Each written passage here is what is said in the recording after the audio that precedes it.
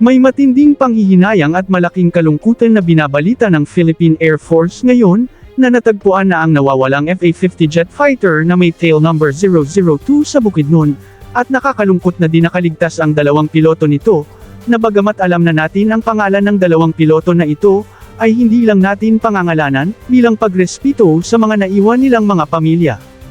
Ang nawawalang FA-50 fighter jet, ay natagpuan alas 11 ng umaga nitong Miyerkules, sa Mount Kalatungan Bukidnon, na may 2 tao sa loob nito at kumpirmadong patay, at wasak na FA-50, ayon sa Philippine Air Force.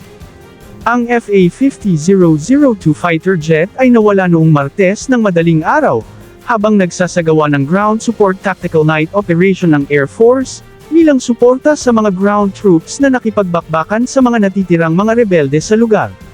Ayon sa impormasyon, biglang nawala sa komunikasyon ang fighter jet habang palapit ito sa target area kasama ang FA-50-008 at FA-50-011.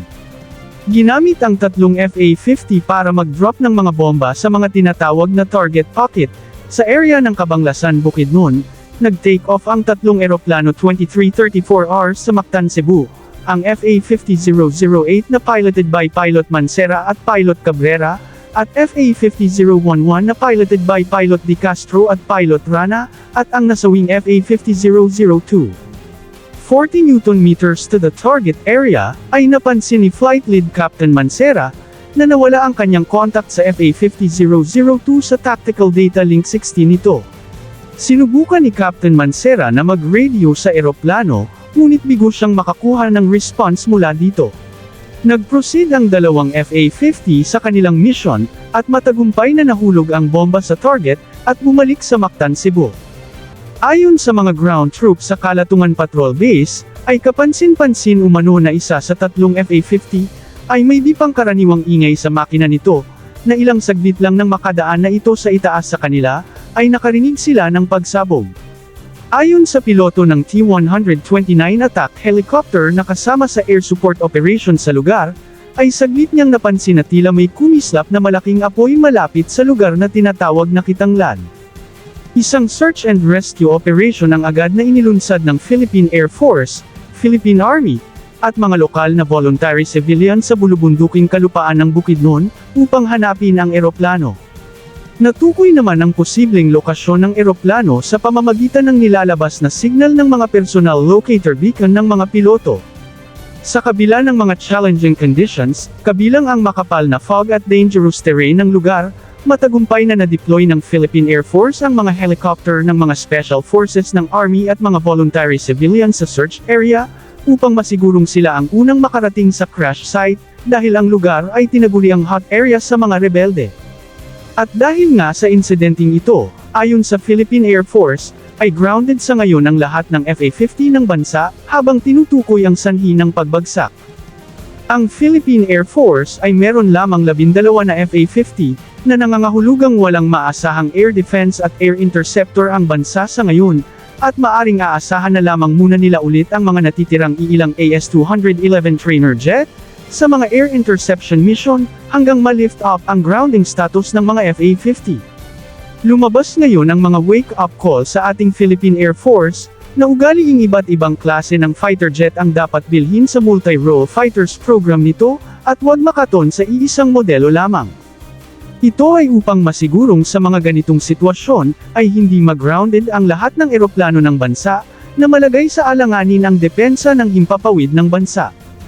Ayon sa Philippine Air Force, well-trained and highly skilled to operate ng advanced aircraft ang mga nasawing piloto, kaya malaking katanungan ngayon, kung bakit bumagsak ang eroplano, at bakit hindi nakaligtas ang dalawang piloto, gayong may ejector seats ang eroplanong ito. Sa katunayan, ayon sa impormasyon, ang FA-50-002 at ang dalawang piloto nito, ay ang mga nangunguna umano sa mga airstrike na ginagawa sa kasagsagan noon ng Marawi Siege. Marami ang nagbigay ng kani-kanilang mga teorya sa kung bakit di nakapag-eject ang dalawang piloto. Maari umanong sumabog bigla ang eroplano, kaya wala ng kakayahan ang ejector seats na ma-activate. Maaring ding sinubukan ng piloto na isalbo ang eroplano, kaya di na nito naisip ang mag-eject agad habang may oras pa. Ang pangyayari na nataon sa gabi, ay maaring nag-contribute din sa hirap ng piloto na magdesisyon sa nangyayaring emergency. Ngunit ang pagsabog ng engine nito, ay isang indikasyong tila di pa rin tuluyang naayos ang logistics at maintenance issue ng Philippine Air Force sa mga eroplanong ito. Matatandaang noong 2022, ay kumalat ang isyu na di umano ay 3 lamang sa 12 na FA-50 ang magagamit, dahil umano sa kakulangan ng mga spare parts, at hinihintay pa ng Air Force na dumating ang mga ito para maikabit sa mga eroplano. Agad naman itong kinontre ng Air Force at sinabing fake news ito, at pinalipad nila ang 5 FA-50, upang ipakitang hindi totoo na di makakalipad ang maraming FA-50 dahil walang spare parts.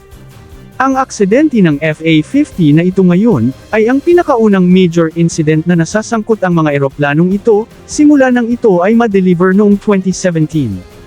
Binili ang mga eroplanong ito noong 2014, kung saan ang purpose sa pagbili ay para sa training and transition ng ating mga piloto, mula sa propeller-driven aircraft to multi-role jet fighters. Simula nang binili ito, ang mga FA-50 ay walang dodang bogbog sarado sa mga kabila-kabilang mga mission at mga exercises, sa loob at labas ng bansa. Ang mga FA-50 na ito ay tumalo sa mga JAS-39 Gripen fighter ng Thailand Air Force sa ginagawang aerial battle exercise sa Pitch Black 2024.